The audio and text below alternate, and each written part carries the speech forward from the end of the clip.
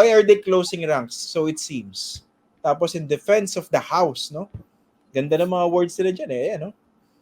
Oo, ikaw ba naman, tatawagin mong rotten ang Congress? Tatawagin mo ba naman bulok ang Kongreso? Medyo matindi yung banat na yun, ha? Dun sa, hindi lang destabilization yun, no? Sedition na yun, no? At saka walang bahid ng katotohanan yun, no? Oo, pero alam mo, kailangan din kasing magpakita ng gilas ni ni Speaker Martin dahil ang tingin sa kanya Mr. Nice Guy eh, 'di ba? Ang binanatan siya ng tambaluslos eh, 'di ba? So, kailangan magpakita siya ng kaunting pagiging tambaluslos.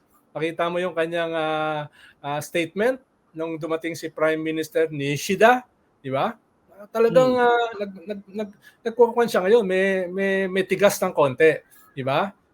So, isa to sa kinakailangan niya, tingin ko, yung kanyang pag-a-adjust ng narrative. Hindi pwedeng Mr. Nice Guy. Lalo na ngayon na parang no holds barred na yung bakbakan eh. So, kailangan niya magsalita o yan, ganyan, no? Ganyan, no? Tapos, ikalawa, ay kailangan din stand up and be counted yung mga tao mo, di ba? Makita mo ba lahat ng standing ovation, di ba? Pati yung mga kaibigan natin sa kaliwa, standing ovation, di ba? Sabagay, dinepensahan naman sila nung tinreten silang papatayin ni Digong, no? So, ito yung stand up and be counted, no? Pero kailangan mauna muna yung speaker. Kaya nga nauna siya eh, naglabas siya ng tigas, no? Nagtiklop ng di ba? Yung ginawa mo kanina. Pero gaano katagal ba to tatagal itong kanilang pagko-close ranks in defense of the speaker against the attacks of Duterte? Baka naman hanggang 2025 lang yan. Yung iba dyan medyo marurupok. Alam mo naman, kilala mo naman yan, no? Marurupok. Kaya yung iba dyan, by midterm, medyo yan, lalambot ng kaunti, no? Ganun ba? Parang wala akong kilalang congressman na gano'n. Parang dito wala naman tibay yung host. Hindi naman ako kinakampihan eh. So, parang ganyan dyan. Mangyayari din yan sa Kongreso. No? Nagtampo na yung llamas. Sige, next time, pang 25 na option. Na-offend yata sa 39th guess eh.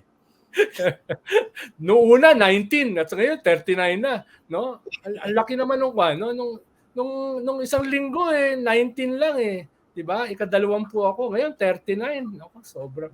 Buti na lang kahit papaano, hindi ka naman ganun kababa yung aking self-esteem. No? Kung babagsak man siya, hindi ganun kataas yung ibabagsak. No? Hindi, yung bagsak lang, pero hindi naman lulubog sa lupa. Oo, hindi naman ganun. No? Kaya marami akong ensayo dahil kasama ko si ETA sa grupo. Kaya talagang yung aking self-esteem talagang hinahagupit madalas nun eh. No? Si Alan Herman, sabi, certified member of Samahang Last Minute Guest. At least may kasama ako. Si Alan kasi na bad trip sa akin yan eh. Buti na lang yan. He has a way with words, no? Parang kailangan ko ng rescue guest eh, sabi ko. Parang hindi ko ma-imagine na ganun karami yung magagalit sa'yo. No? Huh? Bakit? Parang hindi ganun dahil napaka kaiga-igaya ng iyong personality eh. No? Amiable. Minsan lang kita nakitang na nagagalit. Saan ba ako nagalit? enjoy panoorin eh. No? Saan ba ako nagalit? enjoy ako eh. Mga 2 weeks ago. Enjoy ako ron. No? Saan ba ako nagalit? Pinapanood kita. Anong topic? Nakalimutan ko na. Yung nagpa-blind item sa'yo. Okay. Parang yun yata yung show mo na pinakamarami kang sinabi. Hindi, kulang tayo dito. Wala tayong alam. Tayong mga payak sa kaalaman.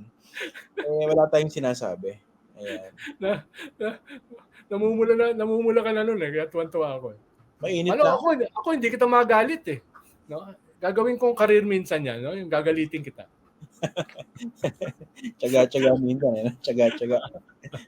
Pero kaya yan, talagang makikita mo talaga eh. Labasan na ng labasan na ng mga kanyon eh.